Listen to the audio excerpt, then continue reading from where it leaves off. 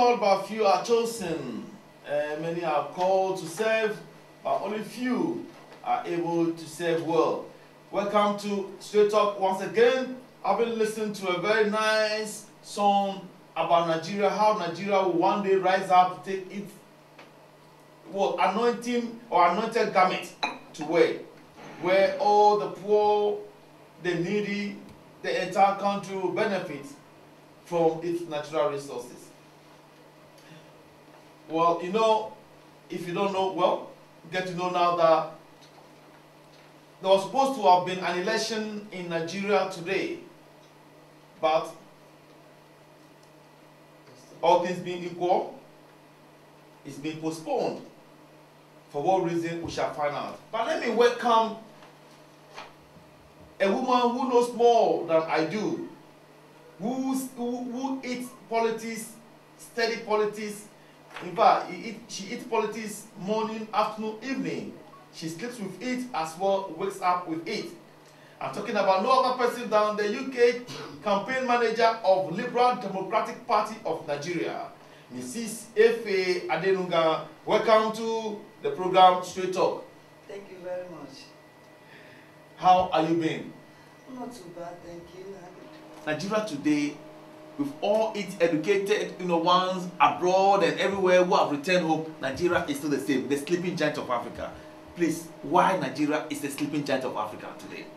Who's giving it this label? Because I don't think Nigeria is sleeping. However, I understand what you're saying. I really do understand what you're saying. And like you rightly said as well, Nigeria is not lacking in any form of resources. Nigeria is not lacking in human resources, not lacking in material or natural resources. Nigeria is not lacking in anything. We're not lacking in human being either, because every day, at least on average, as I read as well, on average 5,000 to 6,000 newborns in Nigeria. I mean, that is huge, which is why I'm hunkering on the organizing our census as well. Because if we can put everybody on the book, and then the government has the job to monitor the development of every single one of them, i.e. in terms of them developing through their education, from primary to secondary. Hopefully, by the way, LDPN is proposing free education up to secondary school level. At least give everybody the basic literacy and numeracy skill, guaranteed. And then from secondary to moving into university, 2-year gap in between, government give people who are willing to sustain in school, give them subsistence allowance to enable their parents to be able to cope with their children 4 or 5 being in school at the same time. Nigeria is sleeping, is called the sleeping giant, the fact that we don't have good governance in Nigeria. What we are all crying for is good governance. And what is good governance? Is the 2 things I've been talking to you about. That is seeking and publishing. Yes, the government should be seeking the opinion of the public in order to inform whatever policies they are rolling out. That's number 1. As well as through the same channel, informing the public what exactly they've decided to do. That's 1. 2 is having a regulatory system in place. Nothing is regulated. Because if you think about the election that was cancelled yesterday, everybody is screaming, oh, the election is postponed till Monday. Nobody is thinking about the millions and billions of naira that is lost for the nation. For just that one day, because no shops were open. My husband is in Nigeria, and I spoke with him, and he told me that he's just had a walk early that morning, that the whole shops are closed. No car on the road, let alone go slow or traffic.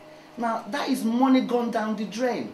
Now, it's postponed again to Monday, when people had already devoted their day, Saturday, to participate in the voting exercise, and then probably go to work on Monday and find something to eat to feed their children. No, Monday is declared impromptu holiday. Again, Nigeria is going to lose billions and billions of naira. It doesn't matter. Nigeria has money. Yeah, but that's exactly what I said earlier on again. We don't know. The ordinary man, the ordinary Nigerian citizen on the road doesn't know how much we have. He doesn't know how much wealth Nigeria has. He can't go anywhere to go and read up about it because it's not published anywhere. Okay? So unless we begin to take care of things like that, would we be able to make good use of the money everybody is screaming we have? But the election was postponed because of lack of materials in every place. So, won't you be happy that it's been postponed for the betterment of everyone, that there's ballot papers, ballot boxes everywhere? No, I won't be happy. You know why I won't be happy? Because if there was good governance, if the people in power were aware or took seriously their work to actually prepare for this before that day. I mean, where was it published that it was going to be cancelled? But it wasn't. You can't blame the PDP government. I'm not blaming anybody. Blame the INEC.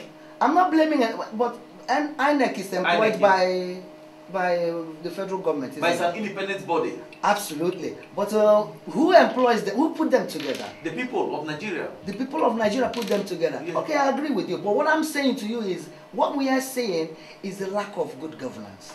Because if we had 4 years to prepare for the next election, I don't know whether you've seen it on the internet. Mm-hmm. They're now polling, they're now polling people to see who they think should run for the Republican, run on the Republican ticket. Yeah, yeah. They're doing it now, but the election is not until 2004. Yeah. That we should be proactive in Nigeria. Whoever is leading us should be very, very proactive. You can't be leading 150 million people out of the sleeve of your curve, where people are prepared for election on Saturday, and they're all trooping out and just wandering up and down the street. All of a sudden, they just hear it from out of nowhere. Oh, it's been cancelled. That's not good governance. They had time to prepare for this. So, would you say that the INEC chairman should be sacked outright for incompetence? I wouldn't say so, because I think that's what my people are used to. Disappointments, which is a shame. It's really a big shame. Disappointment doesn't mean anything again to our people. The old, the young, the adult, the young, the school child. Nobody is worried about it anymore. But I'm worried about it because we are going nowhere backwards. That's what I would say. Because that's like going backwards. People are losing money on Saturday. Come Monday again, they're going to lose money. It's not on.